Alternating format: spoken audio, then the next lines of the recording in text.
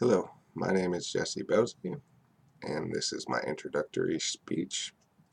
Uh, Most people enjoy sports, whether it be watching, playing, refereeing. People enjoy sports, whether it be soccer, baseball, football, the Winter Olympics, the Summer Olympics, or even the less physical curling, where you just slide a block of ice or a rock down a block of ice.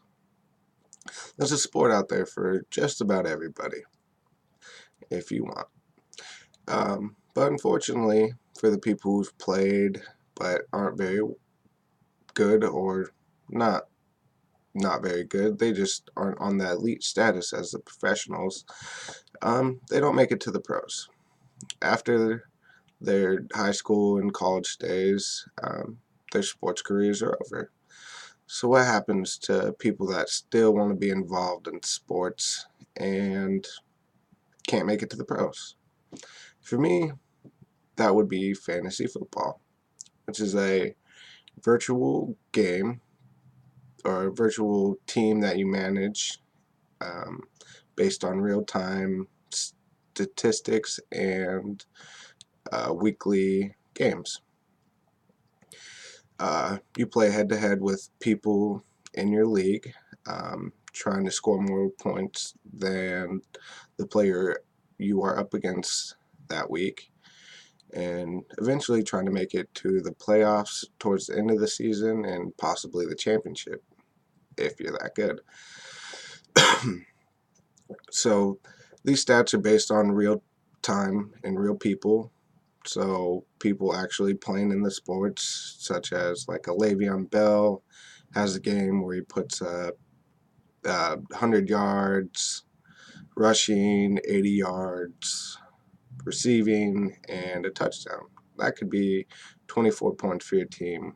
And that's just one player. You usually get 9. That's how my teams have, or my leagues have played. At the beginning of the season, um, you do a draft with all the people in your league. It's about 15 rounds. You get one pick per round to try to make your team. Out of those 15 players, you usually play around 9 a week, and you go head to head with the people in your league trying to outscore them. So some people do research like right at the very end of the season, right before they draft. They just pick up a cheat sheet, and some people watch the draft, the NFL draft, who is drafting new college students, and they're looking for the next big star. Um, there's a lot that can, or a little that can go into fantasy football. It just depends on how much research you want to do. The more research I've done, the better I've done in actual leagues. Last year I took second place, and I started with the draft and watching who was drafting, and had a pretty good knowledge of where people were going, how they fit in different team schemes after they were traded after the draft, which is something that you have to look into. But all in all, there's a lot that goes into fantasy football and prepping for it. uh, if you do make it to the championship, this year our first place winner won $400 or $500, and bragging rights for the whole year.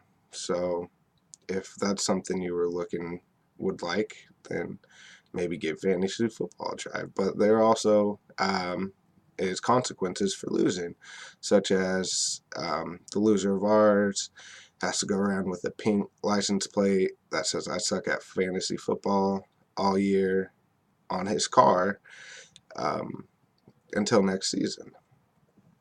So fantasy football is a fun way to get to know other players and teams. I'm a big Seahawks fan, Seattle Seahawks.